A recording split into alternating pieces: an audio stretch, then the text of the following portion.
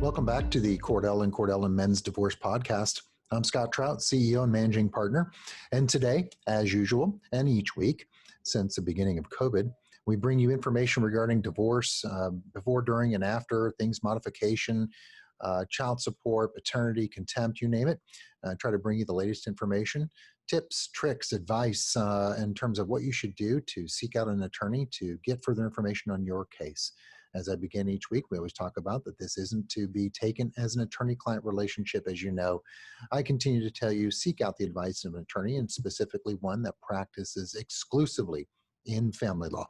The facts and circumstances, the details of your case will always dictate something different in terms of what's discussed and the path that we or some other attorney advises you to take.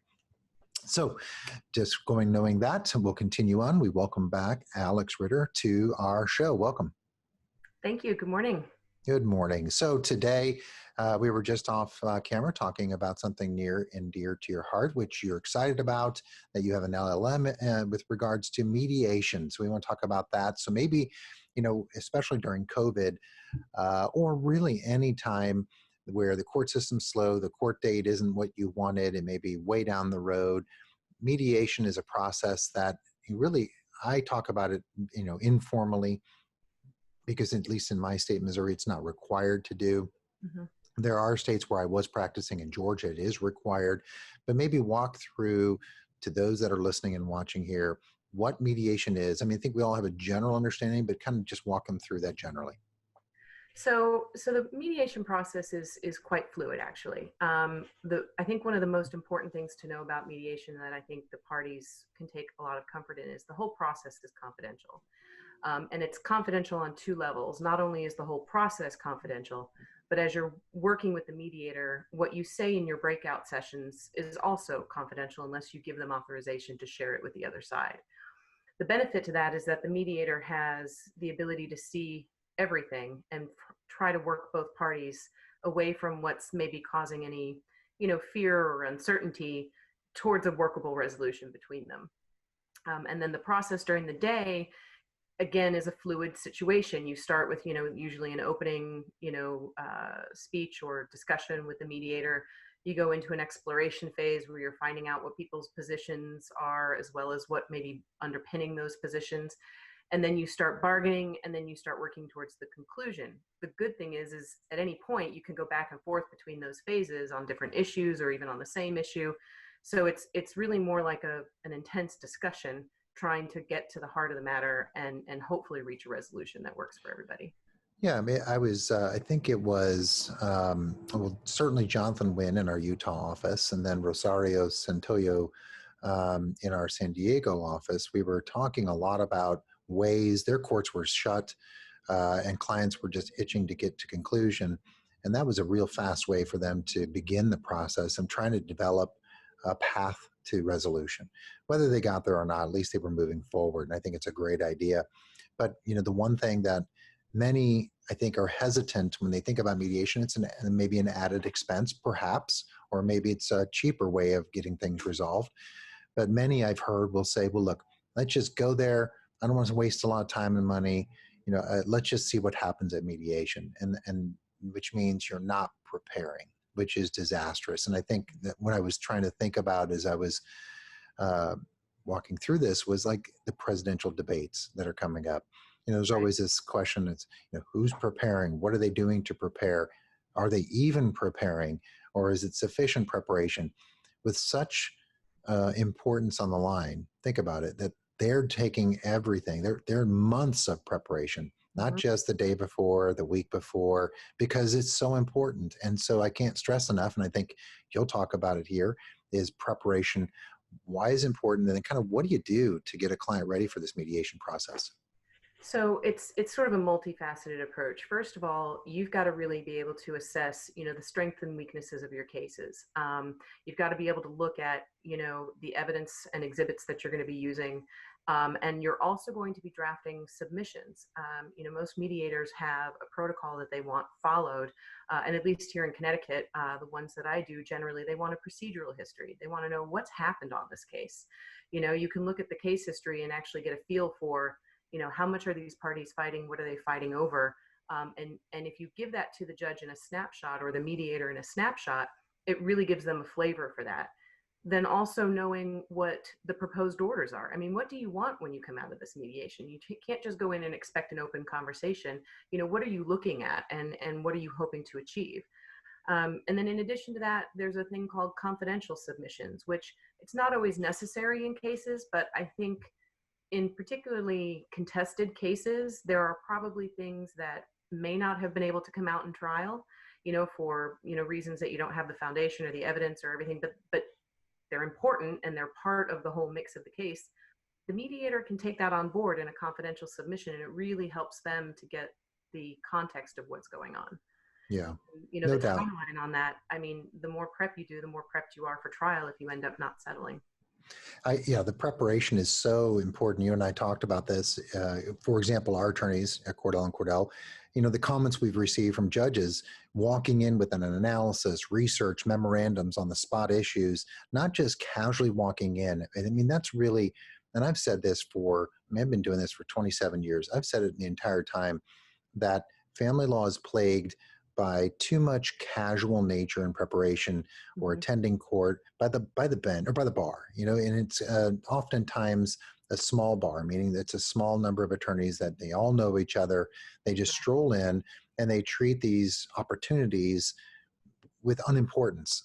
And for us, and I think as you suggest, preparation is so important, and impressions on whether it's the mediating judge or attorney or a judge in a pretrial, that you just can't gloss over the fact that preparation is the best investment you'll ever have. Because if you don't settle, now you can use this information, use the things that you've created as you march towards either another pretrial conference with the trier of fact or even at trial. It's not wasted opportunity.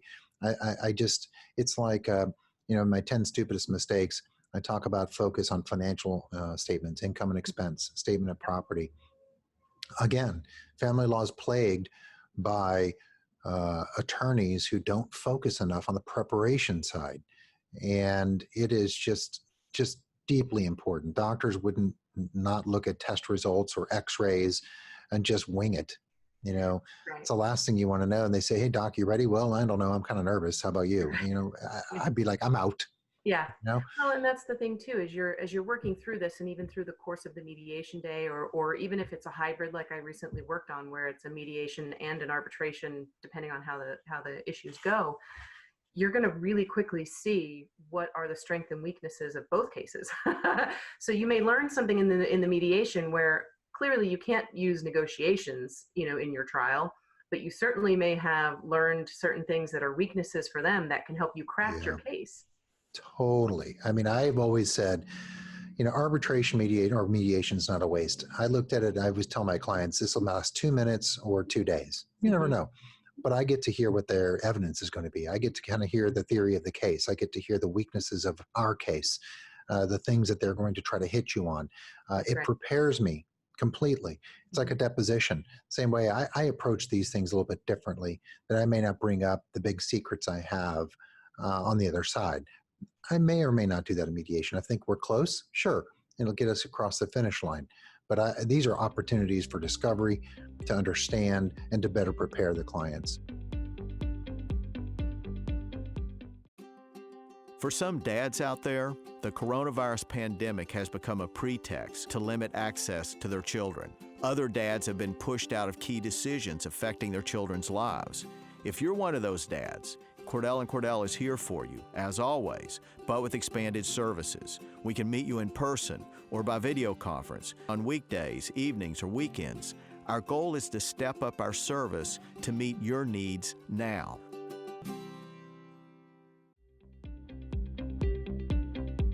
Prep is just key, but what is the process? I guess the phases, like, guys walk in, they're nervous, they don't know what to expect. Talk about surgery. They say, okay, you're going to be in pre-op and here's what's going to happen. You're going to see a nurse, you're going to see an anesthesiologist. Then we're going to do this. They almost, interestingly detailed so that you get more comfortable. They don't want you nervous. They don't want your blood pressure spiking. They don't want you, your oxygen saturation to be good and not, hyperventilate. And that's the point. At Cordell, we talk about our levels of communication with clients, whether it be roadmaps and significant issues letters, but Let's talk to clients about, or the guys that watching right now, the phases. What are they going to expect when they walk in the door? So on a typical day, I mean, it can really, again, as I said earlier, it's a really fluid process. So it can take on any form, but what they can generally expect is, generally a mediator will walk in and say, okay, here's our plan for the day. And they're going to explain whether or not they're going to start in a joint session with all of the parties. Sometimes the parties are too contested to do that, so they don't. And they'll say, we're going to have some breakout sessions. I'm going to go between, all of the parties and start talking to you about where you're at and why you are asking for the things that you're asking for. And that's called the exploration phase. But it's essentially that time where the mediator can really start asking the questions that popped into their head as they're reading the submissions that you hopefully have prepped very well. The next phase is your bargaining phase. So once you kind of get through that and the mediator has a good idea of not only what your positions are, because that's really your numbers or what your end result is, what your custody, what you want it to be, but what's the underpinning piece there that's keeping those positions where they are, that they need to try to move to get to an agreement. So that's what they're trying to get at during the exploration. Once they know that and they can try to get people closer together, then you start walking into the bargaining phase. Well, if you were able to get this, this, and this, would you concede on this, this, and this? And then they get a real feel for what your flex points are and what they aren't. And then if you can reach conclusion on an issue, that's great. If you have another issue, then you move on and you do that phase over again. But again, it can go back and forth into different issues or into different phases, even on the same issue, because new information could come to light. Like you said, that confidential information that you may or may not use, but if something's happening and you're like, this might actually sway this one way or another, you kind of go back into a different phase. And it's a long day. It's a long day, Absolutely. But it's worth it, because I think you really do get a lot of information, even if you don't settle. And sometimes you get right to the end and you just think, I can't do this. And then a lot of times within a couple of days, parties calm down, they think about it, and they think, okay, you know what, maybe I could live with this, that, or the other, or maybe not. And then that's when you're prepped, ready to go. You've got, a lot more information than you did before so that you can get ready for trial. Yeah. And understanding kind of the cost benefit analysis and that preparation will expose that.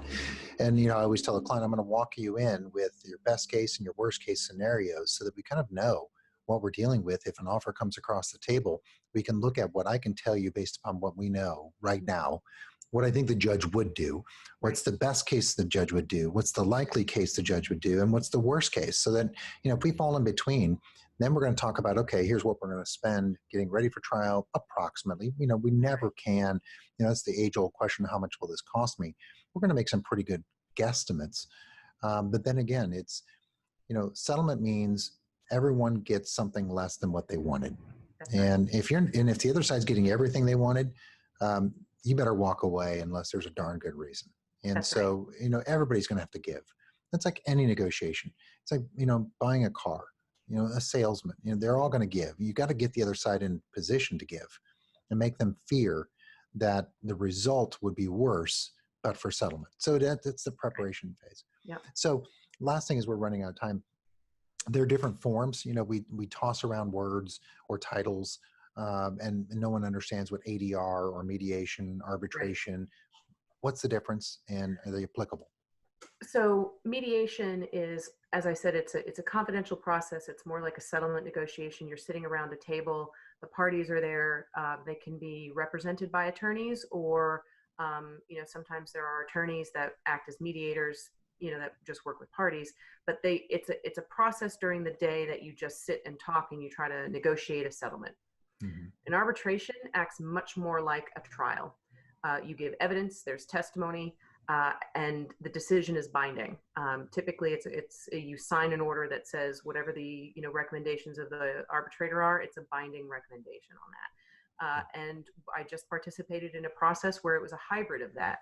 So we were mediating certain issues. If we couldn't resolve an issue, the judge said, then we're going to reserve that issue for an arbitration. And my recommendation goes, and the parties agree to it. They sign that they agree to that.